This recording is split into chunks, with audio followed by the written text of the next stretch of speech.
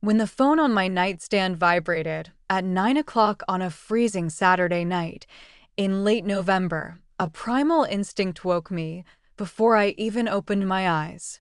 I am 68 years old, and over the decades, I have learned that phone calls at that hour rarely bring good news. But nothing, absolutely nothing, could have prepared me for the sound of my 10-year-old granddaughter's voice on the other end of the line. Grandma, the whisper was so fragile, so thin, it barely registered over the sound of the sleet hitting my bedroom window. Chloe, sweetheart, what's wrong? Why are you whispering? I sat up immediately, my heart hammering against my ribs. I heard a jagged intake of breath, the sound of a child trying desperately to swallow her sobs. Grandma, it's so cold. I'm so cold up here. Can I please come sleep at your house? I promise I won't be a bother. I'll sleep on the floor. Up where, Chloe? Where are you? I demanded, throwing off my heavy quilt and swinging my legs over the edge of the bed. My feet hit the cold hardwood, but I didn't feel it. All I felt was a rising tide of panic. In the attic, she whispered, her teeth audibly chattering through the receiver. Tiffany said I was ruining the aesthetic of the dinner party. She said I was too loud and too messy, and that I needed to learn discipline before the baby comes. So they put my mattress up here. But Grandma, she locked the door from the outside. I can't get out to use the bathroom. It's so dark. The words hit me like a physical blow. Locked the door from the outside. My son, Mark, had married Tiffany 2 years ago, 5 years after Chloe's biological mother, my beautiful daughter-in-law, Elena, passed away from leukemia. Tiffany was a self-proclaimed lifestyle influencer. A woman whose entire existence revolved around beige furniture, curated social media feeds, and the relentless pursuit of online validation. She was pregnant now with their miracle baby, a term she used endlessly to generate likes and sponsorships. I always knew she was vain. I knew she was superficial, but locking a grieving 10-year-old child in an unheated attic in the middle of winter, that crossed the line from vanity into pure, unadulterated cruelty. Chloe, listen to me very carefully, I said, my voice dropping into a register of absolute, icy calm. It was the voice of a woman going to war. Wrap yourself in whatever blankets you have. I am leaving my house right now. I will be there in 15 minutes. Do not hang up if you don't want to, but know that I am coming. Okay, Grandma, she sniffled. Please hurry. I didn't bother changing out of my sweatpants. I pulled a heavy winter coat over my pajamas, shoved my bare feet into my snow boots, grabbed my keys, and walked out into the freezing sleet. The drive to their 5-bedroom, newly renovated modern farmhouse took exactly 12 minutes. I gripped the steering wheel so tightly, my knuckles ached. My mind raced through 1,000 terrifying scenarios. Mark and Tiffany had plenty of space. They had a guest wing. They had a finished basement. There was absolutely no logistical reason to put a child in an unfinished attic, except to punish her, except to make her feel invisible. When I pulled up to the curb, the contrast was sickening. The driveway was packed with luxury vehicles. Warm, golden light spilled from the massive floor-to-ceiling windows of the main floor. I could see elegantly dressed people holding wine glasses, throwing their heads back in laughter. Soft jazz music drifted through the front door, mingling with the sound of the freezing rain. They were having a party, a catered, lavish celebration of their perfect, fake lives, while my granddaughter froze in the dark above their heads. I didn't knock. I still had the emergency key Mark had given me a year ago, a key Tiffany had repeatedly demanded he ask back for, though he hadn't worked up the nerve. I unlocked the heavy oak door and stepped into the foyer. The house smelled of truffle oil, expensive perfumes, and roasted meats. The entryway was cluttered with designer coats. I ignored the guests mingling in the formal dining room and marched straight down the hallway, toward the back staircase that led to the upper floors. A few guests glanced at me, a disheveled, soaking wet woman in a parka and sweatpants, but I didn't care. I was a missile locked on a target. I climbed the carpeted stairs to the second floor. It was quiet here, removed from the party below. I walked past the master suite, past the pristine, beige-tone nursery they had spent thousands of dollars outfitting, and reached the narrow wooden door at the very end of the hall that led up to the attic. My stomach violently turned. There, drilled newly into the ancient wood of the doorframe, was a heavy metal sliding latch, secured with a brass padlock. They hadn't just closed the door, they had caged her. I looked around frantically and spotted a heavy, cast-iron bookend sitting on a decorative hall table. I picked it up, feeling its solid weight. I didn't hesitate. I raised the iron bookend and smashed it down onto the padlock mechanism, with every ounce of strength in my 68-year-old body. The metal shrieked. I hit it again and again. On the fourth strike, the cheap screws holding the latch to the doorframe tore out of the wood. The door swung open, revealing a steep, narrow set of stairs, descending into pitch blackness. A wave of freezing, musty air hit my face. "Chloe," I called out, dropping the bookend. "Grandma," a small voice echoed from the darkness. I turned on my phone's flashlight and rushed up the steps. The attic was unfinished. Exposed pink fiberglass insulation lined the walls. Dusty boxes and discarded furniture were stacked hazardously. And there, in the center of the drafty, freezing room, was a thin foam mattress laid directly on the plywood floor. Chloe was curled into a tight ball, wrapped in a single, thin summer quilt. She was wearing her pajamas, shivering so violently her teeth were clicking together. Her face was pale, her lips tinged with blue, and her cheeks were stained with tears. "Oh, my sweet girl," I gasped, dropping to my knees. I pulled off my heavy winter coat and wrapped it tightly around her small shoulders, pulling her against my chest. She buried her face in my neck, sobbing uncontrollably. She felt like ice. The attic had no heating vents.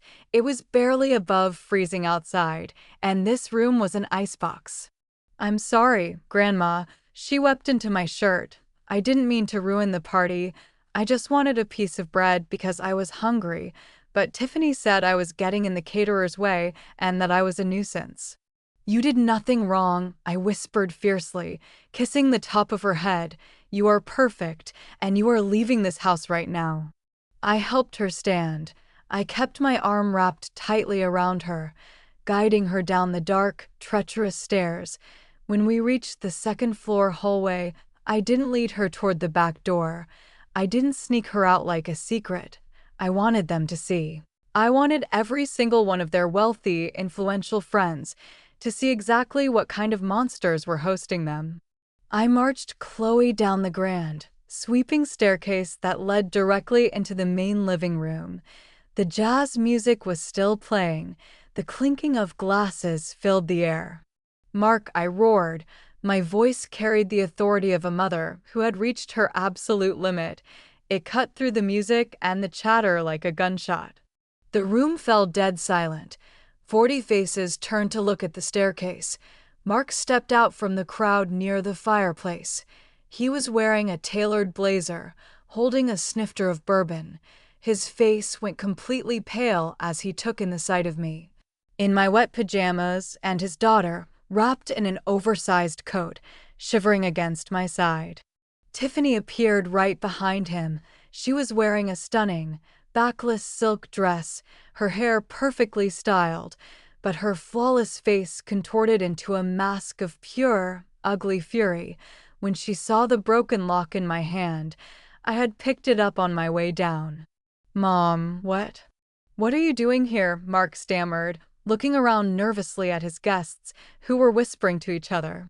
"What am I doing?" I asked, my voice vibrating with a rage so profound it shook the floorboards.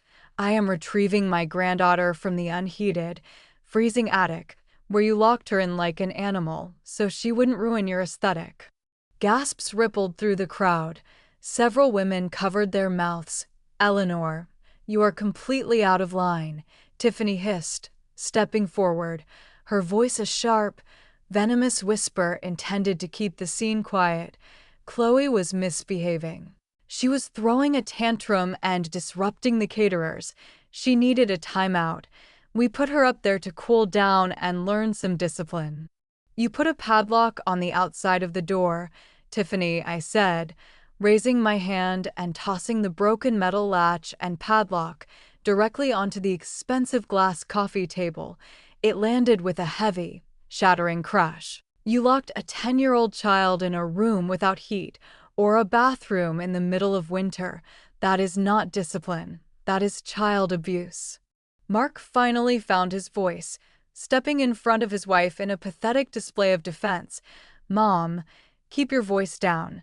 You're embarrassing us in front of my clients. It was just a temporary punishment. We were going to let her out after dessert." "After dessert," I repeated, staring at my son as if I had never seen him before in my life. "Your daughter was turning blue from the cold. Mark, she called me crying because she thought you had forgotten her. How could you let this happen? How could you look at this woman?" I pointed a shaking finger at Tiffany and let her treat your child like garbage. "She is my daughter," Mark shouted, his face flushing red with defensive anger. "You have no right to barge into my home and question my parenting. Tiffany is dealing with a difficult pregnancy, and Chloe has been acting out, seeking attention. We are doing what is best for our family. Now put the coat down and go home, before I call the police for breaking and entering." "Call them," I challenged, stepping down the final stair. "Please, Mark, call the police. Let them come see the mattress on the plywood floor. Let them see the broken padlock. Let's see how your clients feel about doing business with a man who lets his pregnant wife torture his firstborn child." No one moved. Mark's jaw worked silently, but he didn't reach for his phone. Tiffany glared at me with an intense, burning hatred. "I am taking Chloe home with me tonight," I stated, my tone brooking absolutely no argument.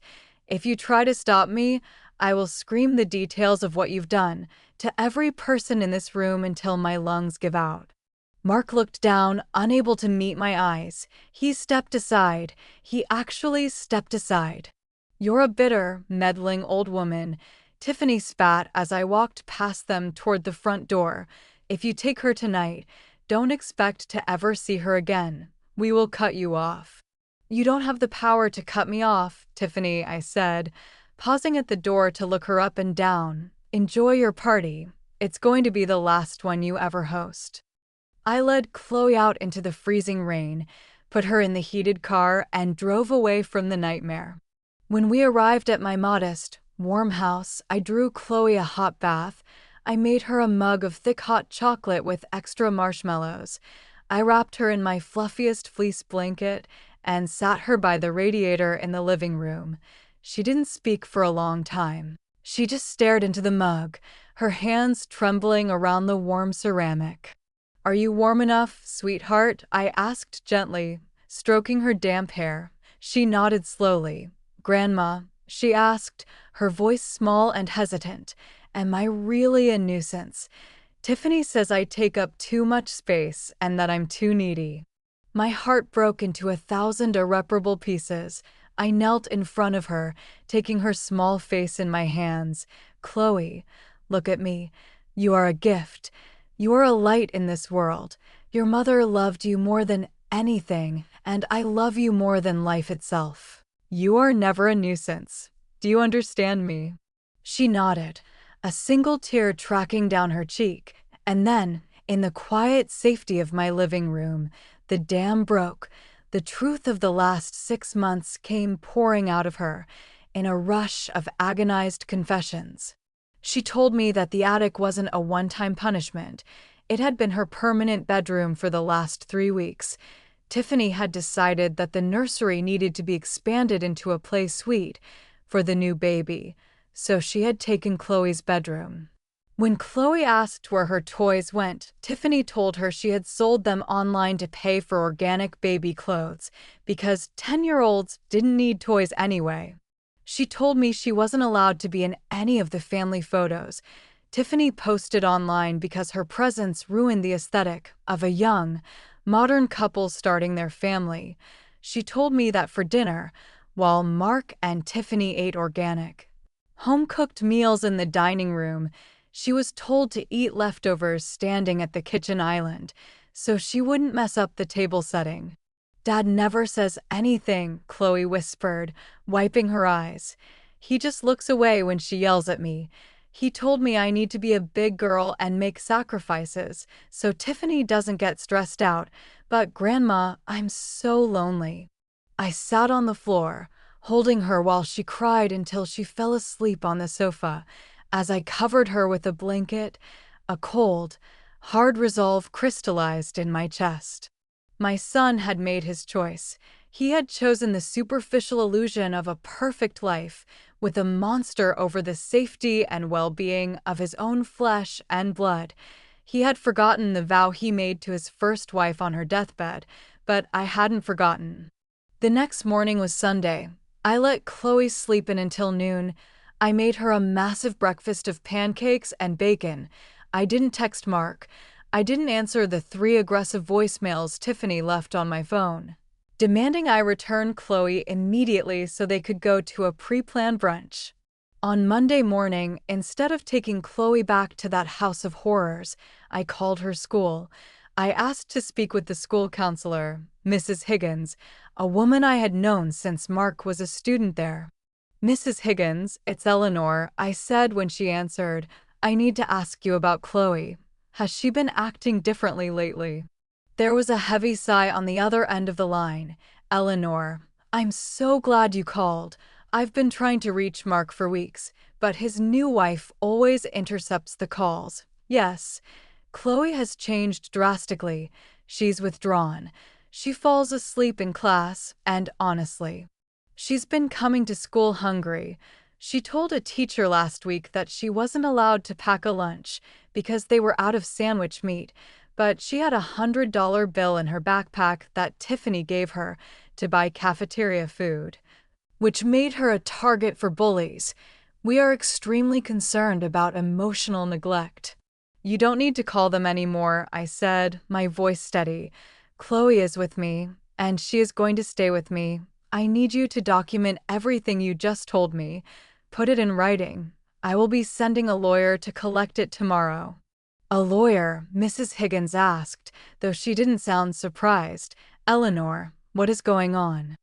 "I am going to war, Brenda," I told her, "and I'm going to need all the ammunition I can get." I hung up the phone. I looked at Chloe, who was sitting at my kitchen table, drawing a picture of my garden. She looked peaceful for the first time in months. I picked up the phone again and dialed the number of Arthur Vance, a retired family law attorney who had been a dear friend of my late husband. He was a shark in a 3-piece suit, a man who detested bullies and abusers more than anyone I knew.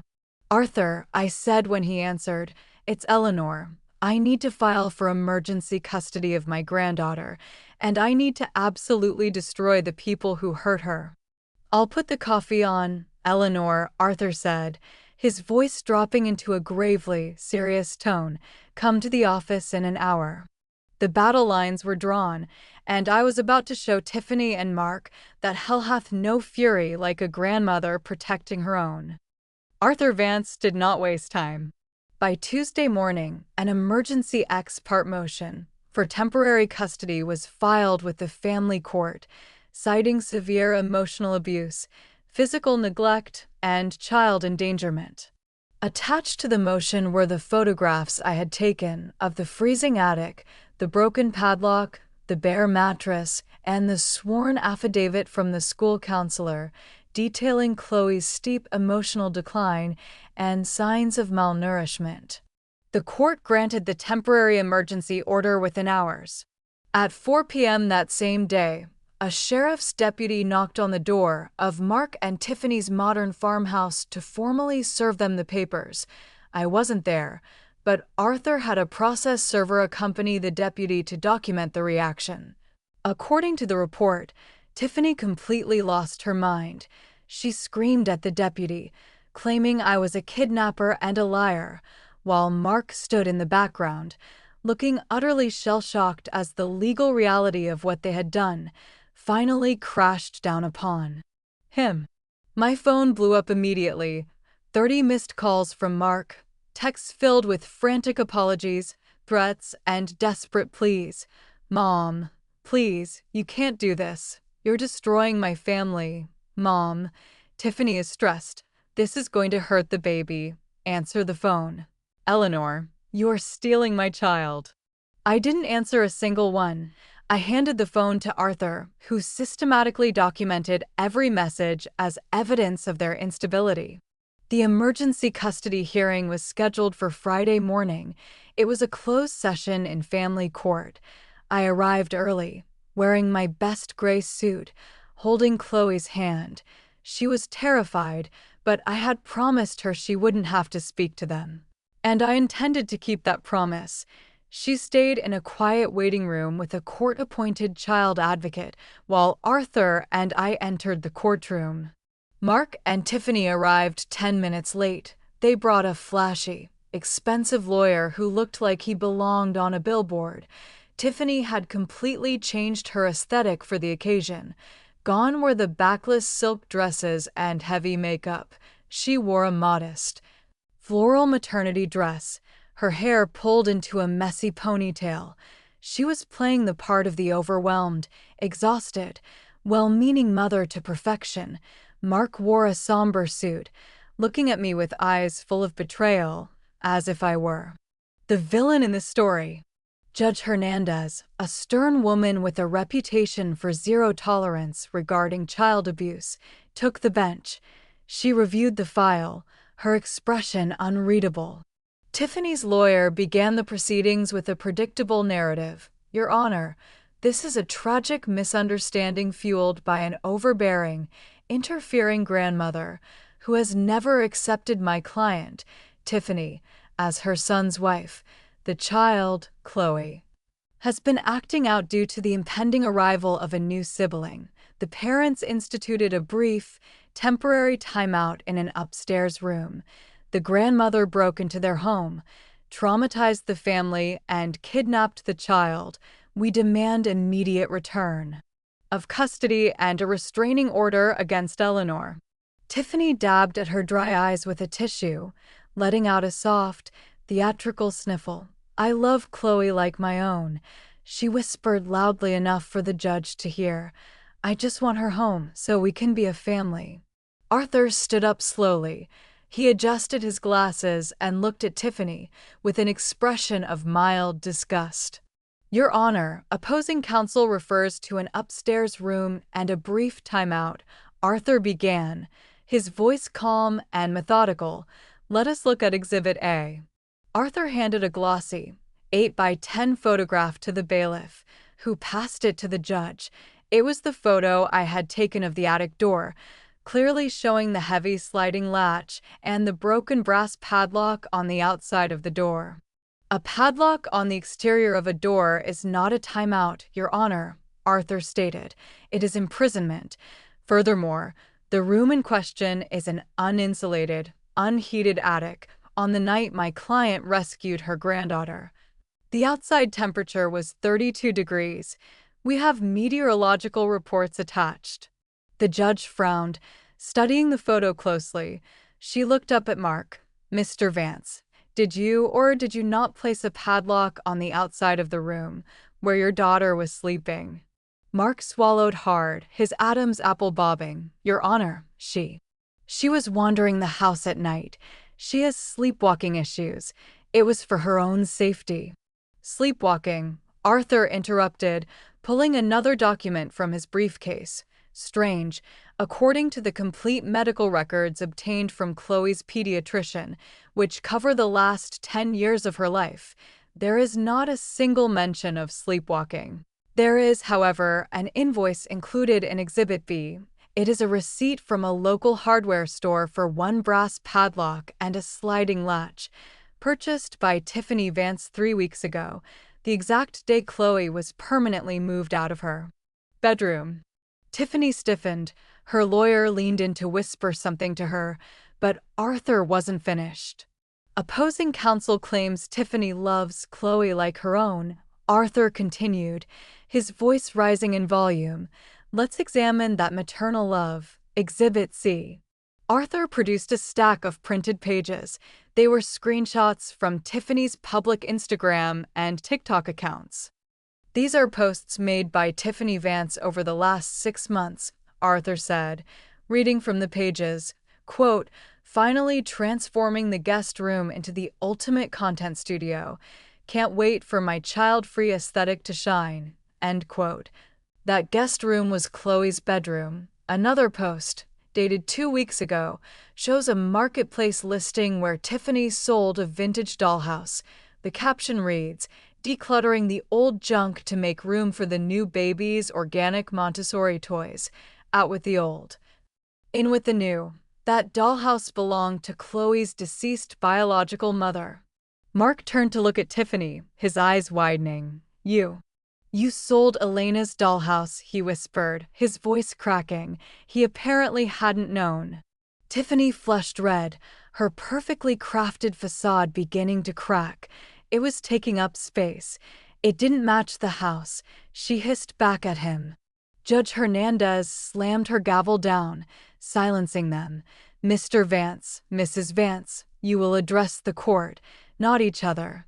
The judge looked at the printed screenshots, her expression hardening into absolute contempt. Finally, Your Honor, Arthur said softly, delivering the final blow, we have the sworn statement of Mrs. Higgins, the school counselor. She testifies that Chloe has been coming to school hungry, unbathed, and suffering from severe anxiety. She testified that Chloe stated she was not allowed to be in family photos because she ruined the aesthetic. This is not a case of a difficult child. This is a case of systematic, documented emotional abuse, isolation, and physical endangerment by a stepmother, facilitated by a complicit biological father. The courtroom was silent. The air felt heavy. Tiffany's lawyer tried to scramble a defense, bringing up the stress of pregnancy, claiming the social media posts were taken out of context, but the judge raised her hand, cutting him off. I have seen enough, Judge Hernandez said, her voice dripping with authority.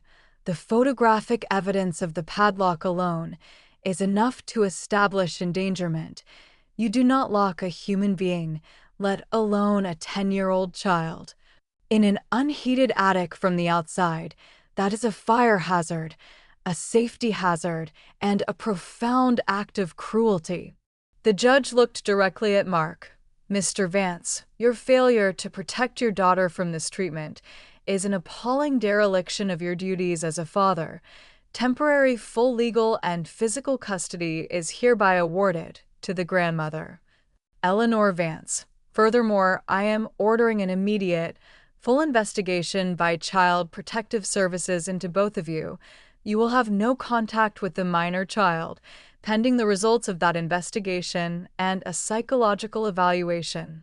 No, Tiffany shrieked, dropping the sweet mother act entirely. She stood up, glaring at me with pure, unadulterated venom. You can't do this. Do you know what an active CPS investigation will do to my brand, to my sponsorships? I will be ruined. I suggest you worry less about your brand, Mrs. Vance, and more about retaining a criminal defense attorney, the judge said coldly, because I am also forwarding the transcripts of this hearing to the district attorney's office to evaluate charges of child endangerment. We are adjourned. The gavel banged. It sounded like the final nail in the coffin of their perfect life.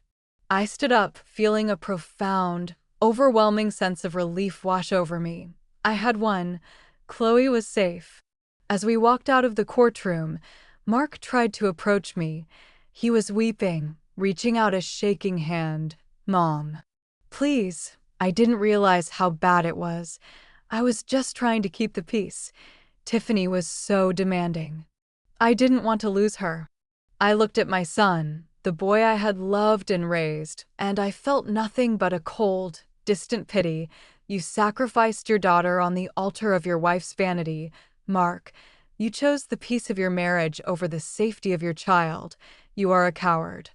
And until you figure out how to be a man, stay away from my house. I turned my back on him and walked away. The fallout from the hearing was swift and absolute. As the judge had warned, the initiation of a CPS investigation, combined with the police report from the night I broke the lock, became a matter of public record. It didn't take long for local journalists and online sleuths to find out. Within a week, the scandal leaked onto social media. The internet, which Tiffany had so desperately tried to court and impress, turned on her with brutal efficiency. Former fans exposed the hypocrisy of her perfect mom-to-be content. When contrasted with the reality of how she treated her stepdaughter, the sponsors dropped her immediately. The baby clothing brands, the organic food companies, the luxury furniture partnerships. All of them issued public statements cutting ties with Tiffany Vance. Her brand was completely and utterly annihilated. And, as is the nature of people who only value status and money, Tiffany's loyalty vanished the second the lifestyle crumbled. 2 weeks after the custody hearing, facing massive legal fees and public disgrace, Tiffany packed her bags. She emptied their joint savings account, hired a vicious divorce attorney, and left Mark. She blamed the entire scandal on him, claiming he had hid Chloe's behavioral issues from her and that the stress was endangering her pregnancy. Mark was left alone in his massive, empty, 5-bedroom farmhouse. He had no wife, no daughter, a decimated reputation, and a looming criminal investigation hanging over his head. He hit absolute rock bottom. 3 months passed. Chloe blossomed in my care. Without the constant fear of being yelled at, without the anxiety of being hidden away in an attic, the light returned to her eyes. She started eating normally again. We decorated the spare bedroom in my house exactly how she wanted it. Bright yellow walls, posters of her favorite bands, and the vintage dollhouse, which Arthur's private investigator had tracked down and bought back from the woman Tiffany had sold it to. Chloe started smiling again. She joined the school choir. She made friends. She was a child again, unburdened by the adult cruelty she had endured. Eventually, the DA decided not to pursue felony criminal charges against Mark, opting instead for mandatory parenting classes and intense psychological therapy as part of the CPS resolution. Tiffany, having fled to another state to live with her parents, was slapped with a child endangerment misdemeanor and a permanent record that ensured she would never be able to work with children or family brands again. 6 months after that terrible winter night, on a warm Saturday in May, Mark came to my house. It was his first approved, supervised visitation. He sat on my front porch, looking incredibly small. The expensive tailored suits were gone, replaced by jeans and a plain sweater. He looked older, tired, humbled. I sat in the wicker chair opposite him, watching him carefully. "I've been in therapy twice a week," he said, staring at his hands. "My therapist made me write down everything I let happen to Chloe, seeing it on paper. Seeing what I allowed just because I was afraid of Tiffany's temper. It makes me sick to my stomach. I am so sorry, Mom. I am so unbelievably sorry." "Apologies are just words, Mark," I said softly, but firmly. "You broke her trust. You broke my trust. It is going to take years to repair that, if it can ever be fully repaired at all." "I know," he nodded, tears welling in his eyes. "I just want to try. I want to earn the right to be her father again." The front door opened, and Chloe stepped out onto the porch. She hesitated, lingering near the doorframe, staying close to me.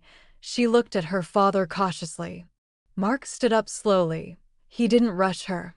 He didn't demand a hug. He just offered a sad, broken smile. "Hi, Chloe." He said gently, I brought you a new sketchbook. I heard you've been drawing a lot. Chloe looked at the sketchbook, then at me. I gave her an encouraging nod.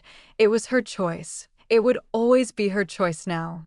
She took a small step forward and accepted the book. Thank you, she whispered. She didn't hug him, and she quickly stepped back to my side, but it was a start. A tiny, fragile bridge built over a massive canyon of hurt. Life went on. The visits remained supervised for a long time. Mark eventually sold the massive farmhouse. He couldn't afford it without Tiffany's influence or income, and the memories haunted him. He moved into a modest apartment near my house. Focusing entirely on his work and his therapy, slowly, meticulously, he began the arduous process of proving to his daughter that he would never fail her again.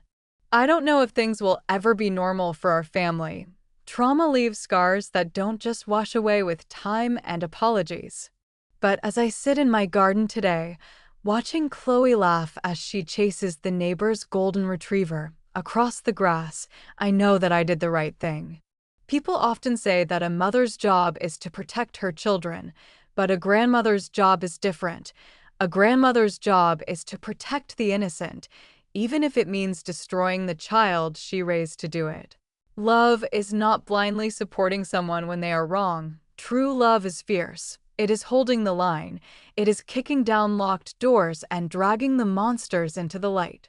Chloe runs over to me, her cheeks flushed with the summer heat, and wraps her arms around my neck. I love you, Grandma, she says, her voice bright and full of life. I love you too, my brave girl, I reply, holding her tight. And in that embrace, beneath the warm sun, I finally feel peace. The attic is empty. The monsters are gone, and my granddaughter is exactly where she belongs, in the light, taking up all the space she desires.